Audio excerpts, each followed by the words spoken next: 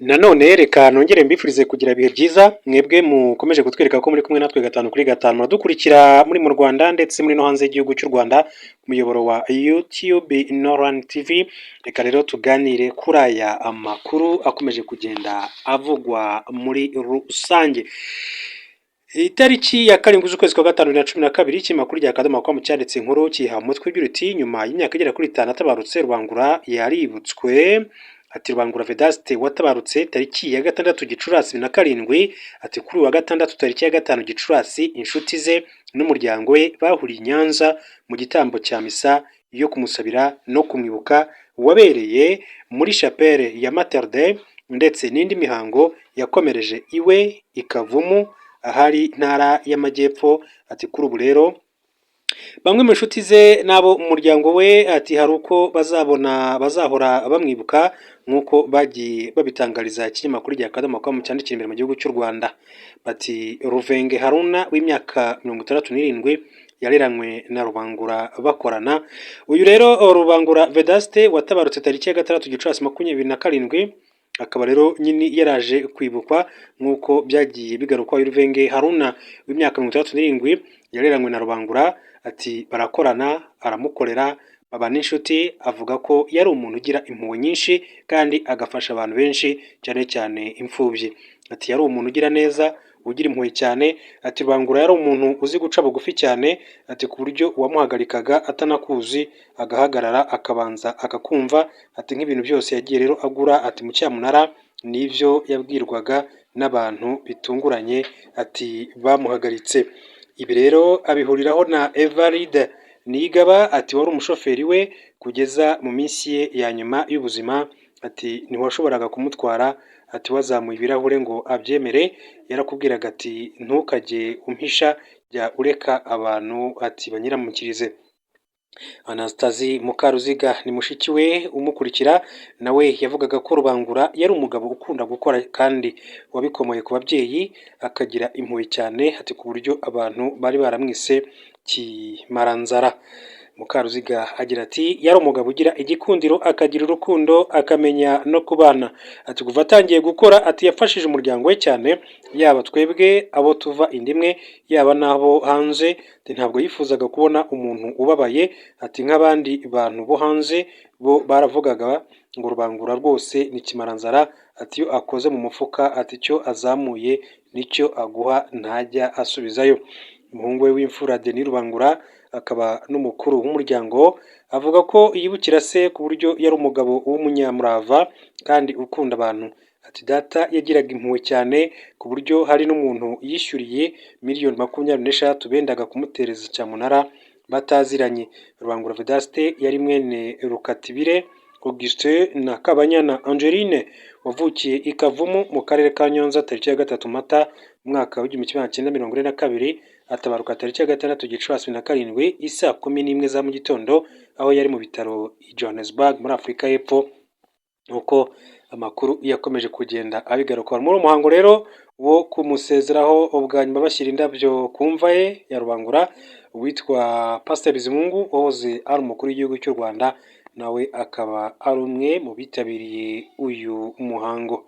Umuhango kandi waririmbwemo na Intore Masamba n'abandi bantu batandukanye, rero bakaba ari bamwe mu bari bitabiriye uyu muhango icyo gihe muri 2012.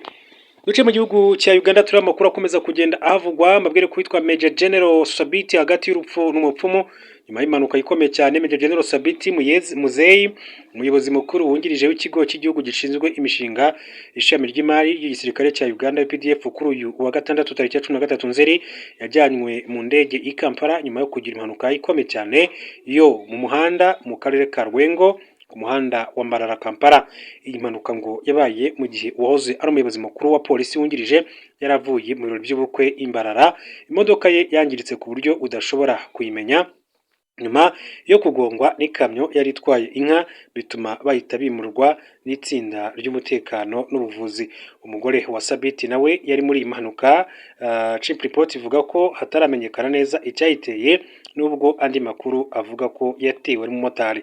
Ababibonye bavuze ko kajugujugu ya gisirikare yoherejwe aho impanuka yabereye kugira ngo ijyane General bashimangira ko yari akeneye kwitabwaho byihutirwa.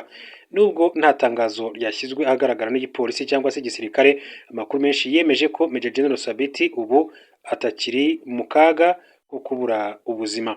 Umwe mu bashinzwe umutekano yagize ati ni stable ati kandi arasubiza neza ubuvuzi ati asaba abaturage gukomeza rero gutuza mu gihe abaganga bakomeje kumukurikiranira hafi. Major General Sabiti Muzeyi ni umuntu wubahwa mu bijyanye n'umutekano muri Uganda, yarangije mu ishuri rikuru rya gisirikare muri Kenya National Defence College, yakoze mu myanya y'ingenzi y'ubuyobozi harimo kuba umuyobozi wa military police n'umuyobozi mukuru wungirije wa polisi DIGP kuva muri 2018 kugeza muri 2020. Mu kazi ke nka DIGP yashimiwe imbaraga yashyize mu kuzamura ubunyamwuga mu bapolisi no koroshya ibikorwa by'umutekano mu gihugu hose. Mbere yo kugirwa DIGP yabaye kandi komanda wungirije w'umutwe udasanzwe ushinzwe kurinda abayobozi Special Forces Command, aho yakoraga cyane mu bikorwa by'umutekano wa perezida. Yongeye kandi koherezwa muri UPDF muri 2020 aho yakoraga imirimo y'ingenzi muri gahunda z'iterambere ry'ubuyobozi bw'ingabo z'igihugu cya Uganda UPDF. Mu yandi makuru akomeza kugenda avuga, reka mabwire ko witwa Tibor Nagy wahoze ari umunyamabanga wa Leta Zunze Ubumwe za Amerika wungirije ushinzwe umugabane wa Afurika yanyeze Perezida Felix Antoine Tshisekedi wa Repubulika Demokarasi ya Congo ukomeje kugirira ingendo mu mahanga mu gihe abaturage bo mu burasirazuba bw'igihugu cye bakomeje kwicwa n'ibitwe yitwaje intwaro. Tibor Nagy yabitangaje nyuma y'umunsi umwe Bwana Fati asoje uruzinduko rw'akazi yagiriraga i Astana muri Kazakhstan. Bwana Felix Tshisekedi yasuye iki gihugu giherereye ku mugabane wa Aziya nanone nyuma y'umunsi umwe umutwe w'iterabwoba ADF ugabye igitero gikomeye cyane muri teritwari ya Lubero mu ntara ya Kivu y'Amajyaruguru. Abantu barenga 100 nibo bimaze kumenyekana ko biciwe muri kiriya gitero cyagabwe ku bantu bari mu muhango wo gushyingura, mu gihe ababarirwa mu 146 baburiwe irengero. Iki gitero nanone cyabaye mu gihe ingabo za leta ya Repubulika Demokarasi ya Congo zimaze imyaka hafi 3 zikubitwa ahababaza n'inyeshyamba zo mu mutwe wa M23 barwana. Tibor Nagy abinyujije ku rubuga rwe rwa X wazo ari Twitter yanyeze ingabo za leta ya RDC zikomeje kutagira icyo zikora ku baturage bakomeje kwicwa. Ati byari igisebo gihagije uko ingabo za Congo zandagajwe na M23, none ubu izo ndwanyi ntizishoboye kurinda abaturage b'inzirakarengane bo mu duce dutuwe tubarizwamo intagondwa za ADF zifitanye isano na Islamic State. Uyu muyobozi kandi yabwiye Bwana Felix Tshisekedi ko aho kwirirwa abunga mu mahanga yagasuye uburasirazuba bwa RDC. Ati hagati Perezida Felix Tshisekedi wa RDC ari kuzenguruka isi muri Kazakhstan, akwiye gusura uburasirazuba bwa Repubulika Iharanira Demokarasi ya Kongo nk'uko yakomeje kugenda abigarukaho. Mu y'amakuru, Perezida wa Leta Zunze Ubumwe za Amerika Donald Trump yatangaje ko yiteguye gufatira Uburusiya ibihano bikaze, ariko mu gihe ibihugu bya NATO byakuzuza bimwe mu byo abisaba birimo guhagarika kugura peteroli y'Uburusiya. Mu butumwa yanditse ku rubuga nkoranyambaga rwa Twitter nako rwa Truth Social rwe, yavuze ko yitegura gufatira Uburusiya ibihano bikomeye mu gihe ibihugu bya NATO byakwemera kandi bigatangira gukora icyo kintu. Trump yagiye akangisha inshuro nyinshi cyane gufatira ingamba zikaze Moscow Uburusiya, ariko kugeza ubu nta ngamba n'imwe yigeze afatira igihe Uburusiya bwirengagiza igihe ntarengwa yabuhaye n'iterabwoba ry'ibihano. Yavuze ko kugura peteroli y'Uburusiya biteye ubwoba, anasaba ko NATO yashyira imisoro ya 50 kugeza ku ijana ku bicuruzwa by'Ubushinwa. Avuga ko bizaca intege gushyigikira Uburusiya kwabo. Hanyuma mu cyo yise ibarurwa igenewe ibihugu bya NATO, Trump yagize ati "Niteguye kubikora igihe muzaba mwiteguye mwe, muvuge gusa n'iryari." Hongera ati kugura peteroli y'Uburusiya kwa bamwe biratangaje, bica intege cyane ubaho muhagaze ati mu mushyikirano ati n'ububasha bwo kujya impaka n'Uburusiya.